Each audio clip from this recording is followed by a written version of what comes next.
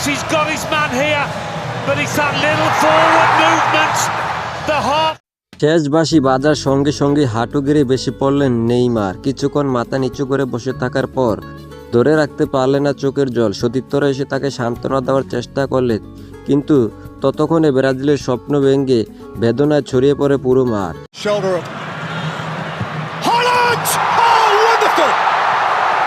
New জার্সিতে বিশ্বকাপের শেষ 16 ম্যাচে আর্লিং হাল্যান্ডের জোড়া গোলে 2-1 ব্যবধানে হেরে বিদায় নিচ্ছে 5 বারের বিশ্ব চ্যাম্পিয়ন ব্রাজিল। যোগ করা হয় পেনাল্টি থেকে একটি গোল শোধ করেছিলেন নেইমার, কিন্তু সেটি শুধু ব্যবধানই কমিয়েছেন ব্রাজিলকে আর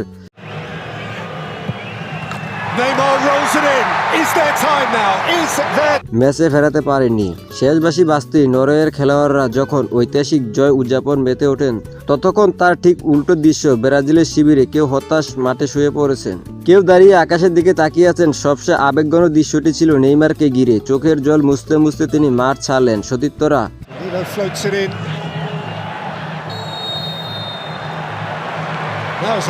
Casemiro, Vinicius Junior, Alisson Becker তাকে সান্ত্বনা দেওয়ার চেষ্টা করেন। এই বিশ্বকাপে ব্রাজিলের বড় আশা ছিল নেইমার। অবশ্যই চোটের কারণে গ্রুপ পর্বের প্রথম 2 ম্যাচ খেলতে পারেননি। স্কটল্যান্ডের বিপক্ষে বদলি হিসেবে মাঠে নেমেছিলেন। শেষ 32-এ জাপানের বিপক্ষে খেলায় হয়নি তার। আজ ম্যাচের 66 মিনিটে তাকে মাঠে নামান কোচ কার্লো আনচেলত্তি।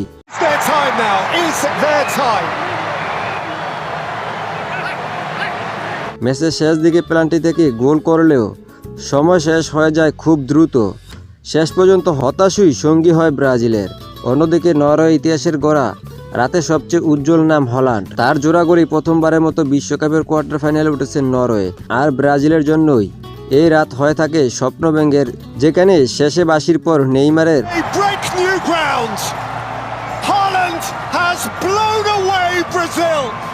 অশ্রু হয়ে উঠেছিল পরাজয়ের সবচেয়ে বড় প্রতীক।